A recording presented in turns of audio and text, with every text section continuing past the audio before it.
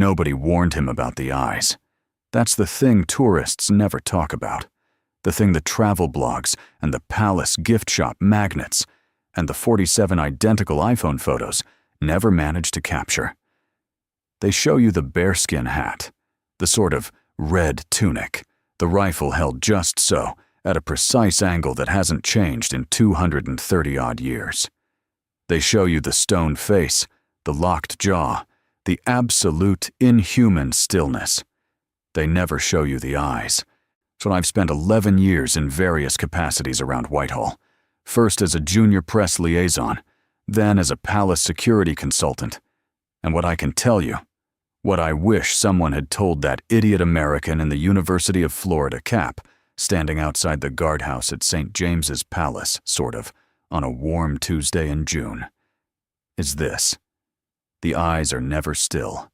The eyes are working. He had a water bottle. One of, honestly, those cheap tourist shop things, printed with the Union Jack. I heart London in red bubble letters, the kind that costs £3 and leaks by Wednesday. His girlfriend was, in my opinion, laughing already, camera up, framing the shot. His mates were behind her, already anticipating the punchline. Pretty much, little water on the stoic soldier. Classic. Timeless. Which the kind of thing that gets 2,000 likes if you caption it right. He unscrewed the cap. He flicked his wrist. And what happened in the next 40 seconds changed the way I think about theater, about power, about the particular and devastating intelligence required to appear for hours at a time, like furniture. This is what I saw. Plus, this is what I'll never entirely be able to explain. Let me tell you what I was doing when it started.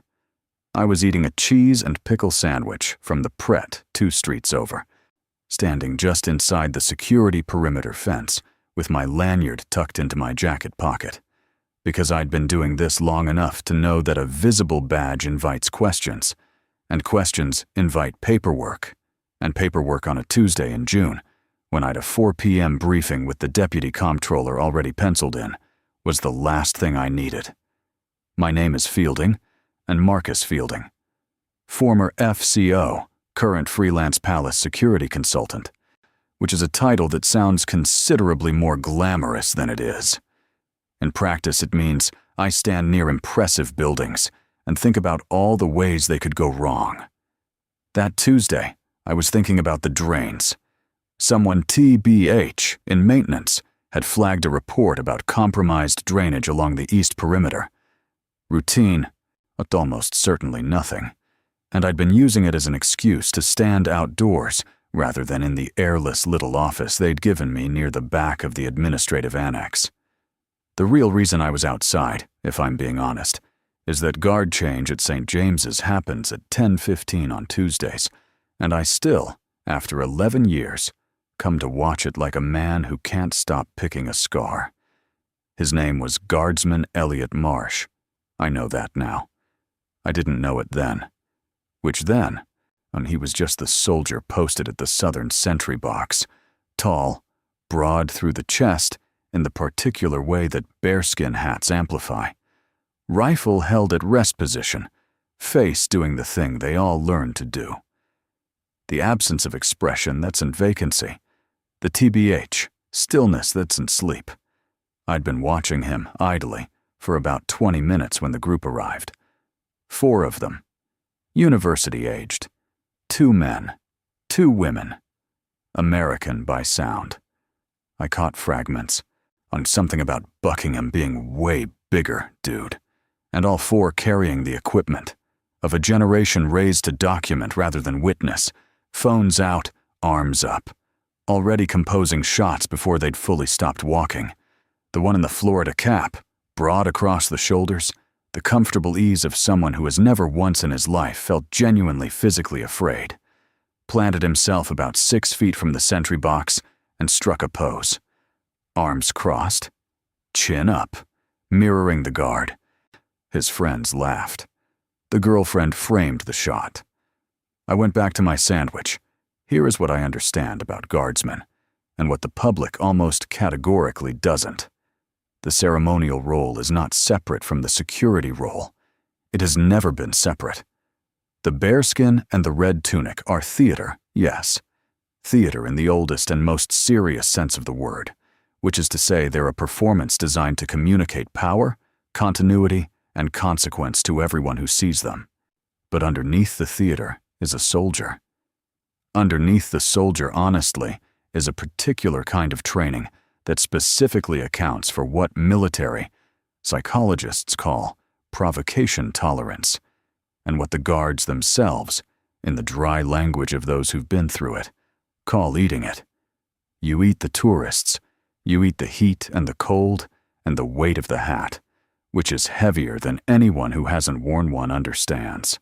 Then you eat the whispered insults and the fingers dangled near your face and the drunk stags from Newcastle who want to see if they can make you flinch. You eat it because the eating is the job. Because the composure isn't incidental to the mission. The composure is the mission. Marsh was eating it. Florida Cap had moved closer, 4 feet now, maybe 3.5, and was doing a bit for his audience. Exaggerated mimicry of the parade rest stance, shoulders pinned back, a face locked in mock solemnity. His girlfriend had shifted angle to get both of them in frame. His mates were cackling. He was warming to the performance, finding a rhythm, turning it into something. He reached up and touched the brim of his own cap, adjusting it for comedic effect, I think, some bit of business. And then he had the water bottle out. I didn't register it immediately as a threat. That is perhaps the most honest thing I'll say in this account. I saw the bottle.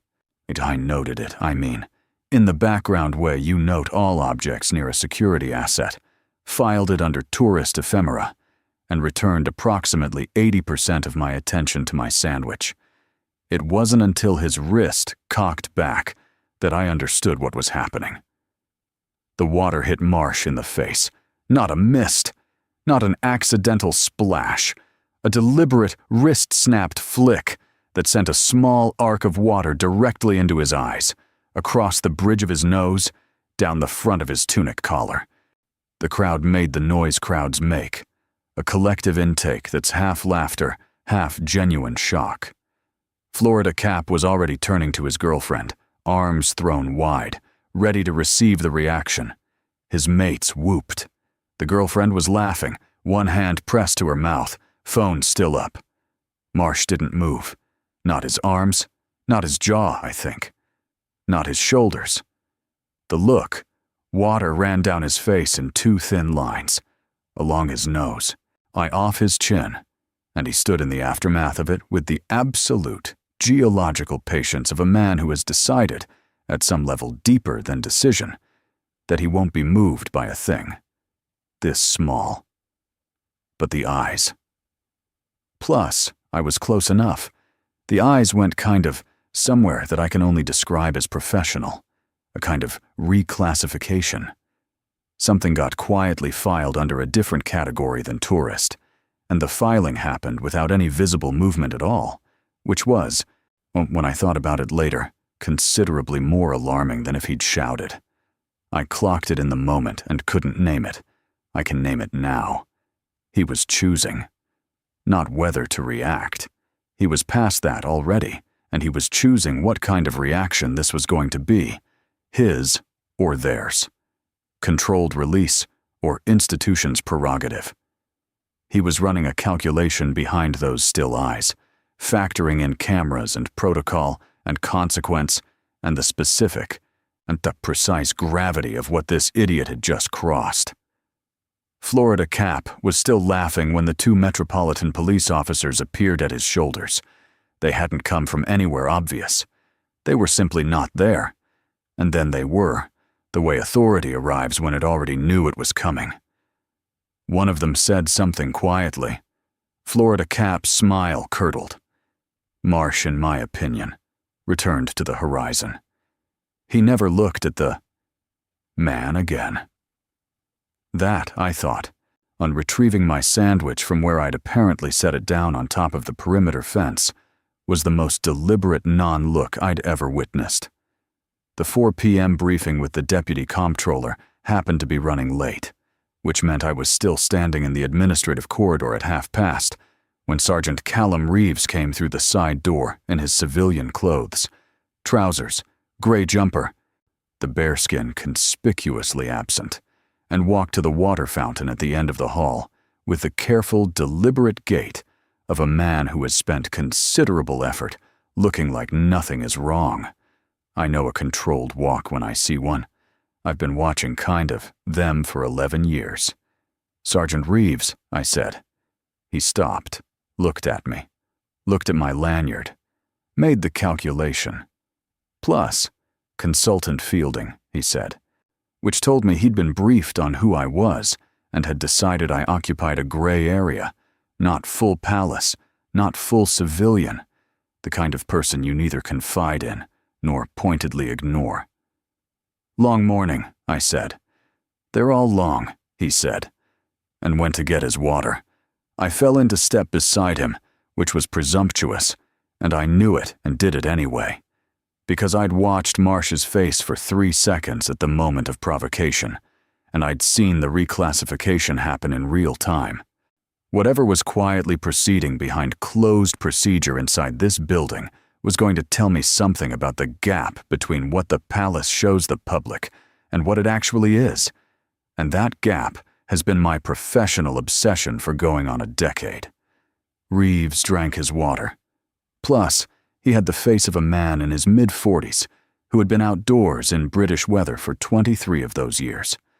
Not weathered in a romantic way, or in the way of someone who has simply been rained on repeatedly and made his peace with it. He had a small scar along his left jaw that I'd later learn came from a training incident in 2009. Nothing glamorous. He had the particular stillness of the long-serving. Not rigid, not guarded, just conserved. He operated at a metabolic rate slightly below what most people use. "The water bottle incident," I said. "Plus, he looked at the middle distance. Caught for what it's worth. On some of the footage," I said, "which, from the perimeter, I'm putting together, the supplementary assessment on tourist interaction thresholds, and I thought." "Marsh handled it correctly," Reeves said. "Marsh handled it precisely correctly," I agreed. "That's what I want to understand." The distinction landed. He looked at me then. Really looked. And I got the sense that it was not a commonly. Made distinction in his experience, and that the uncommonness of it bought me approximately 30 additional seconds of his attention. We ended up in a small room off the corridor, not an office, more of a repurposed storage space with 2 chairs and a table that someone had optimistically labeled Consultation Room C on a laminated sign. He sat. I sat. He didn't offer anything, and I didn't expect him to. This was, to be fair, a different kind of conversation than briefings. Slower, more careful, built on silences the way load-bearing structures are built on load-bearing things. "He's been in post 14 months, Reeves said eventually. "Marsh. Good record. Exceptional. He did 8 months on the Buckingham rotation before St. James's. 2 incidents, both resolved without escalation. One in the spring, tourists tried to grab the rifle barrel. One in November, drunk, got physical. Physical how?" Reeves looked at me. Physical enough that we pulled the footage back before it got onto social media. The protocol activated correctly. The individual was removed. No injuries. He said it the way you report a weather event. No injuries. Like the absence of injury is the baseline condition of normalcy, which, in his world, I suppose it is. "What's the protocol?" I said. "Basically. For provocation? For the moment when the guard decides it's crossed a line." He was quiet for a moment. Not uncomfortable quiet. Considering quiet.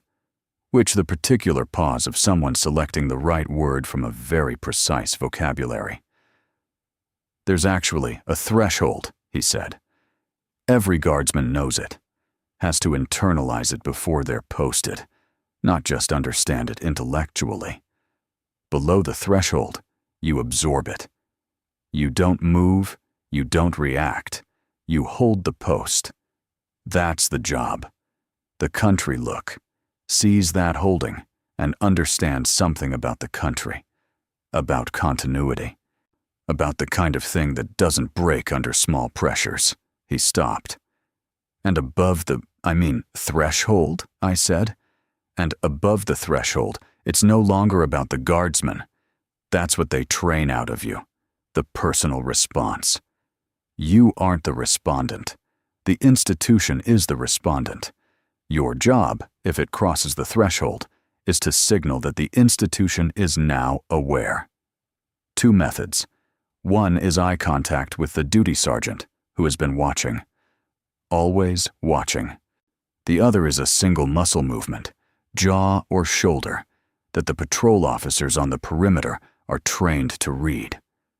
I thought about the eyes. The, reclassification. Which did Marsh use? Both, Reeves said. Which is why the 2 officers arrived in under 12 seconds. 12 seconds. I'd been watching from the perimeter fence, sandwich in hand, and 2 Metropolitan Police officers had materialized at Florida Cap's shoulders in 12 seconds. And I'dn't noticed them coming because I'd been watching Marsh's face, and by the time I'd registered their presence, they were already there. That's the machinery, I thought. That's what the bearskin hides, and what happens to him, I said. TBH, the tourist. Detained, cautioned. The footage from the perimeter cameras goes to the Met. Formal charge under the, he paused. Chose words and, under provisions covering the interference with a Crown duty officer. The Crown duty officer being Marsh. Does Marsh know what happens to him? No. Does he want to know?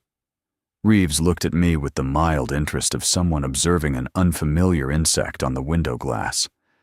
That question, he said, assumes he's thinking about the man. He stood. The conversation, honestly, was over. Not rudely, but with the clean finality of a file drawer closing. He picked up his cup and moved toward the door. And I just long enough to understand that I'd been given exactly as much as Reeves had decided I should have, measured out to the milliliter, the way you ration water when you know the walk is long. At the door, he paused. Marsh has a posting review in September, he said, not turning around. If his record holds, and it will hold, he goes to the household cavalry. Different category of duty, different pressures. He left. I sat in consultation room C for another 4 minutes, not moving, unthinking about the word pressures and what it was carrying and whether Reeves had intended the weight or whether it had simply accrued to the word on its own, the way certain words do after enough years in certain rooms. I saw Marsh once more after that. Not on duty. It was the following Thursday, 7 days after the water bottle, 6 days after my conversation with Reeves.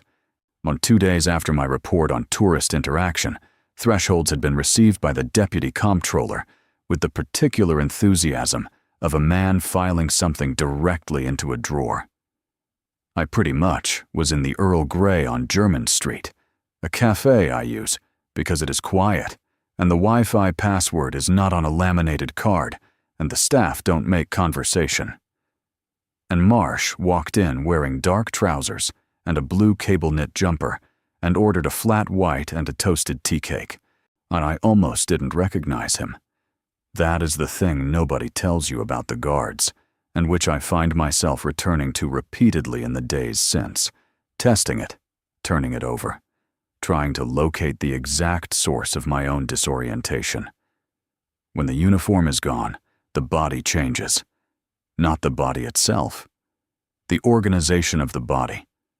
The ceremonial stance is so complete, so total, so deeply rehearsed, that when it's absent, the person inside it briefly appears ordinary. And the ordinariness is startling in the way that hearing a virtuoso pianist play a wrong note is startling. Not because the error is catastrophic, but because you'd stopped accounting for the possibility of error altogether. He sat 3 tables away. Window seat. He had a paperback with him, bent spine, the kind of reading copy that's been through several pairs of hands. I couldn't see the title. He ate the tea cake with the uncomplicated focus of someone who was very hungry and making no performance of it. And he read his book, and the flat white disappeared in 3 pulls, and he sat in the Thursday morning light of Jermyn Street, looking precisely like what he was, a 26-year-old man on his day off. I didn't approach him. I, to be fair, want to be clear about that decision, and honest about its basis, which was not entirely professional. A part of it was Reeves's voice in my head. That question assumes he's thinking about the man, and the corollary, unspoken. Don't be the person who makes this about themselves. Part of it was the more personal thing, the thing I don't put in reports, which is that there are moments in this work when you're very suddenly aware of looking at a human being who has agreed, for reasons that are their own, to be looked at as something else entirely. And the looking feels like a kind of trespass. But I watched him, and I'll admit that. I watched him read 3 pages of his book, and then stop and look out the window for a minute and a half without reading anything. The window looked onto the street, a segment of Jermyn Street on a Thursday, unremarkable, a cyclist, a courier van, a woman with a Waitrose bag. He watched it with the same quality of attention I'd seen on his face at the sentry box, which is to say, comprehensive, unhurried, so the attention of someone to whom watching has become as automatic as breathing. Basically, the scanning never stops. Plus, I wrote that in my notes later. I'd started keeping notes again. Personal ones, not for the comptroller. And that phrase sat on the page and looked right, and continued to look right, when I came back to it the next morning. The scanning never stops. Whatever the training installs, it doesn't uninstall on days off. He was well. Reading his book and drinking his coffee, and watching Jermyn Street with the same instruments that had processed the water bottle incident and transmitted its reclassification in under 12 seconds to 2 Met officers on the perimeter. He was in the Earl Grey Cafe on a Thursday, still at his post. I thought about the man in the Florida cap. I'd looked him up after the Tuesday briefing, the way you look things up when a report is still running in the background of your mind. A habit, not a compulsion. I tell myself this regularly. His name had come through the Met liaison as part of the standard tourist incident log, 23 from Tampa, visiting Europe for 3 weeks on a post-graduation trip. No prior record. Cooperative when detained. Genuinely confused, the liaison hadn't, about why the situation had escalated to the point it did. Genuinely confused. That phrase had stayed with me longer than it should have, the genuine part, because he hadn't been malicious, not in any considered sense. He'd been performing, and he'd been playing a bit for his friends in a foreign city on a sunny morning, and the prop he'd selected had turned out to be the kind that bites, and his confusion about that was, in a way, entirely honest. He'd walked up to what the world had taught him was a piece of living furniture. He'd interacted with the exhibit. He'd been wrong about what he was standing in front of. That's the machine the bearskin hides, and the machine isn't anger. I want to be precise about this, which I've seen genuine anger in security professionals, and it's a liability, a heat signature, something you train to minimize. What I'd seen in Marsh's eyes was not anger. It was calibration. The deliberate, professional measurement of a situation by a person who has been specifically prepared for this one, for this exact type of incursion, this exact social script, so this exact brand of civilian thoughtlessness, and who has, through months of rehearsal and years of institutional conditioning, separated the personal sting of it from the procedural response to it with a precision that's, when you see it up close, genuinely eerie. Marsh turned another page. A couple came into the cafe behind me, loud, ordering something complicated, and he glanced over. A single instinctive check, and then returned to his book. I left before he finished. I basically put my notebook away and paid at the counter and walked back out onto German Street, and eyed the distinct sensation, stepping out into the ordinary Thursday light, that I'd spent the past 7 days looking at a question and mistaking it for an answer. The, I guess, question being, what does a man become when the institution finishes with him? Or, and this is the version I haven't been able to shake, what does the institution become when the man is good enough? 3 weeks later, Reeves sent me a 2-line email. No greeting. To be fair, no sign-off. Marsh's review has been moved to July. Plus household cavalry confirmed. There's TBH, been an inquiry opened. I mean, separate matter. You didn't hear that.